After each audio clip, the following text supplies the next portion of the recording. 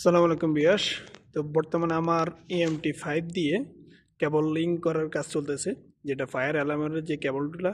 তো এখানে দেখতেছেন আমার একটা জংশন আছে। জংশন থেকে এখানে আপনার বেল এবং কাঁচা জিজারি দুইটা জিনিসে আছে, দেখতেছেন দুইটা বক্স। উপরটাতে আপনার বেল, নিচেরটাতে হলো কাঁচা জিজারি, যেটা কিনা ইমার্জেন্সি ফায়ার অ্যালার্ম করার জন্য। এখানে দেখতেছেন দুইটা বক্স, এখানেও সেম সিস্টেম, বক্স এবং বেল দুইটি।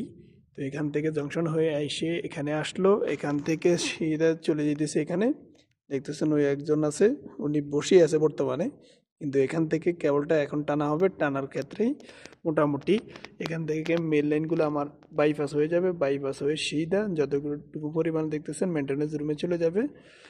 তো এই পরিমাণে কাজ চলতেছে, আলহামদুলিল্লাহ কাজ কিন্তু চলমান। এখন বর্তমানে কেবলিং হইতেছে। আর এই কেবলগুলা 1.5 mm এর 2 ফায়ারের ফায়ারপ্রুফ একটা অ্যালার্ম সিস্টেমের কেবল। তো এগুলোকে অরিজিনালি ফায়ার অ্যালার্ম কেবল বলেই থাকে।